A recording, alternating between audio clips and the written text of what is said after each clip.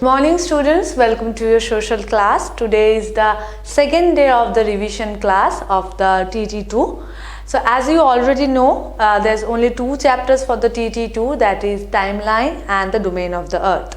You already received the domain of the earth revision video, and today this is the revision video of the timeline, that is the chapter 3. And what are the question pattern that I already discussed. Once again I am discussing again. In the following question pattern, which you are going to see in the term test 2, there will be 5 mains. This time there will be 5 mains. First mains is a choose the correct answer. Under this main you are going to see 5 questions, and each of the 5 questions contain 1 mark only. What you have to do, you have to read the question very carefully and read the answers or options whatever is given over there, and choose the correct answer. In the copy you have to write the question number and the answer number, and with the answer you have to write that one. So that is the first mains, that is choose the correct answer. In the second mains you are going to have the filling the blanks, and in the filling the blanks option you are not getting any kind of options, only you have to write the question number along with the answer. And that this means again you are going to have 5 questions, and each of the 5 questions are actually containing 1 mark. Third main, that is true and false. True or false you have to write, and under this main you are going to see 3 questions, and each of the question are actually containing 1 mark. And what you have to write, you have to write the question number and write after that whether it is true or false. Fourth one, answer in 1 word or 2 word.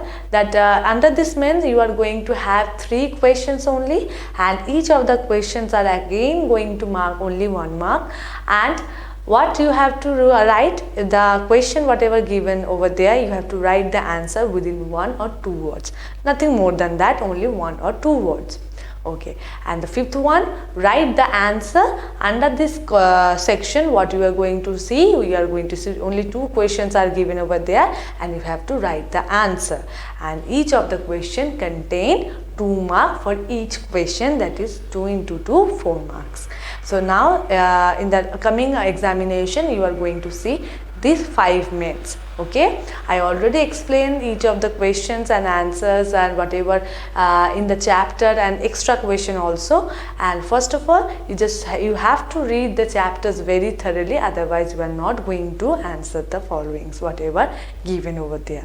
So now we are going to start our chapter, that is the timeline for the revision one. So in this class we are going to revise the chapter timeline. Already I give you so many worksheets on this chapter. I discussed the answers so many times. I don't think there is any doubt regarding this chapters, but again I am going to revise that one. So first we are going to start with the Gregorian calendar. So what is Gregorian calendar? Gregorian calendar is that calendar that actually we are using today. And what is the first date and where it is actually first evolved or first seen? It is first actually developed to track the season and the farming. And the calendar that we use today, that is the Gregorian calendar, this calendar only. And this is the solar calendar, and it also having the 365 days like the normal year whatever we are having. So when it is going to come up first time, it is came up in the Europe, that is the first calendar in the year 1582. And when it is as you know that this calendar actually came up in Europe. So in Europe, what is the ruling power? In Europe the ruling power is Christian. So the birth of Jesus Christ is very much important for the Christians. So the birth year of Jesus Christ, like when the Jesus Christ born on whatever the year, that year they count as 1 or first, and from that year they are going to calculate the date. So that's why the birth year of Jesus Christ numbered as 1 numbered as 1 in the Gregorian calendar. According to that one, all the dates are actually calculated. And how many dates we have in the Gregorian calendar? That is, have the 12 month, 365 days, and every month contain 30 to 31 days, except the February month that contains 28 days. And every after 4 years, this February month contain one more extra day.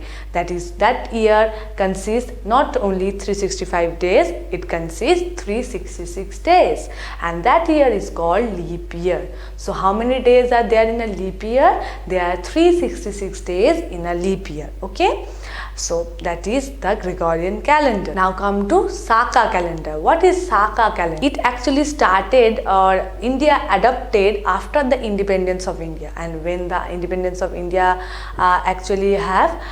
India have its independence on the 15th of August 1947. So after 1947, this calendar has been adopted. And what else?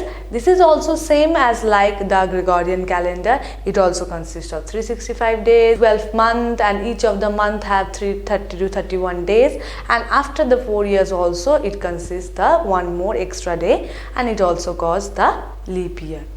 But the difference is there. What? First of all, that is, in the Gregorian calendar, the month started with the month of January. But in the Saka calendar, it is start with the month of Chaitra. Which month started with the Saka calendar? That is the month of Chaitra.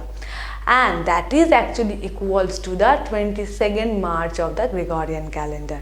That is the major difference. Other than that, there is no difference between the Saka calendar and Gregorian calendar.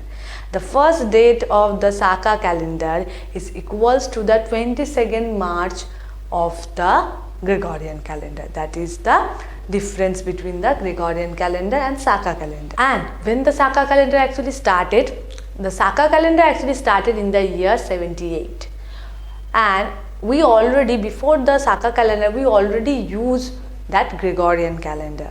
So as it is start with the 78 years, so there is a difference between the Saka calendar and the Gregorian calendar.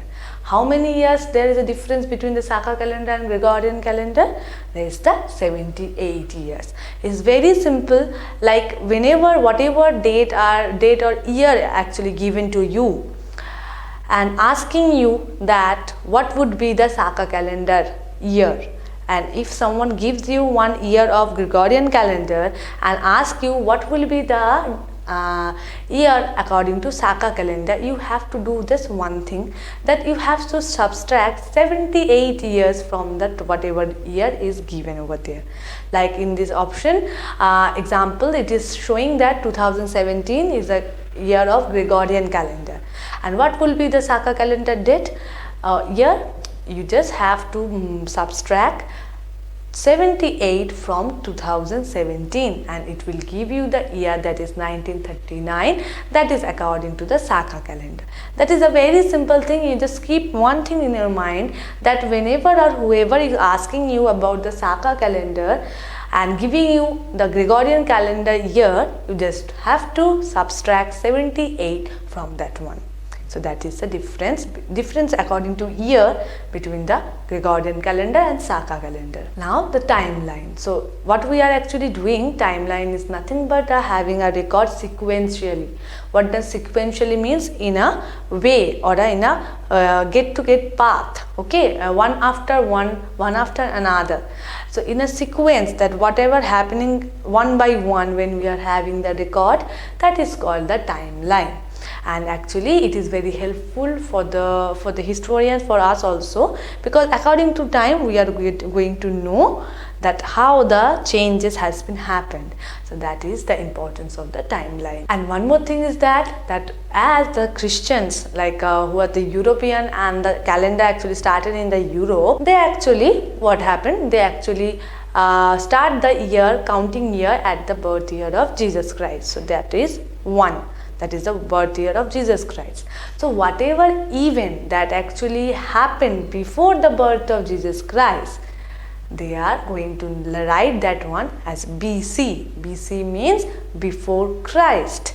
And whatever event actually happened after the birth of Jesus Christ, that is termed as AD. What does it means? It means Anno Domini, after the birth of Jesus Christ.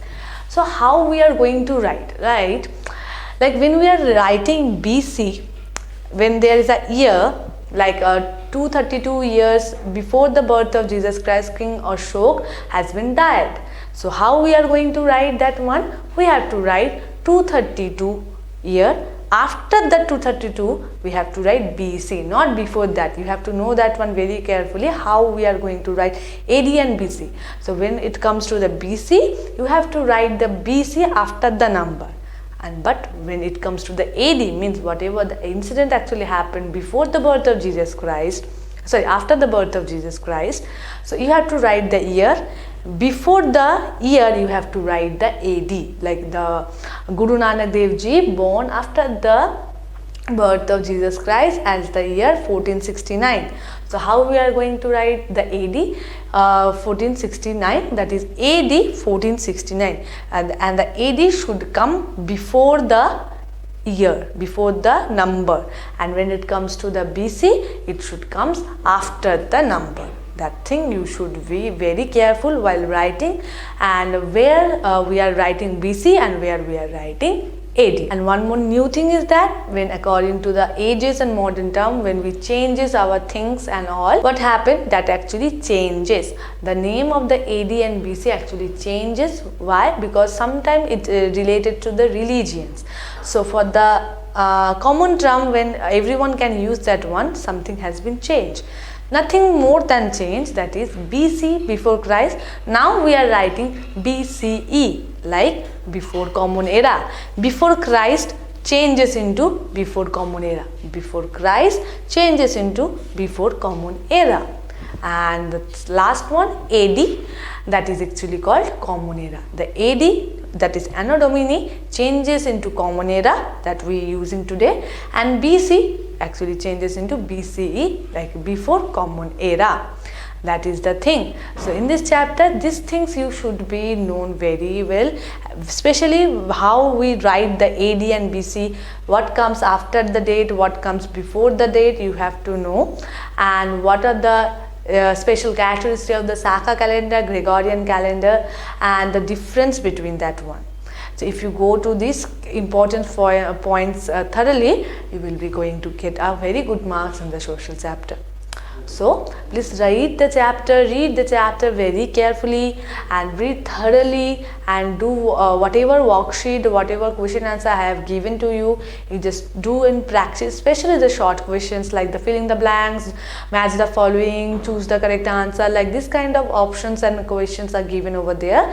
Just practice it very well.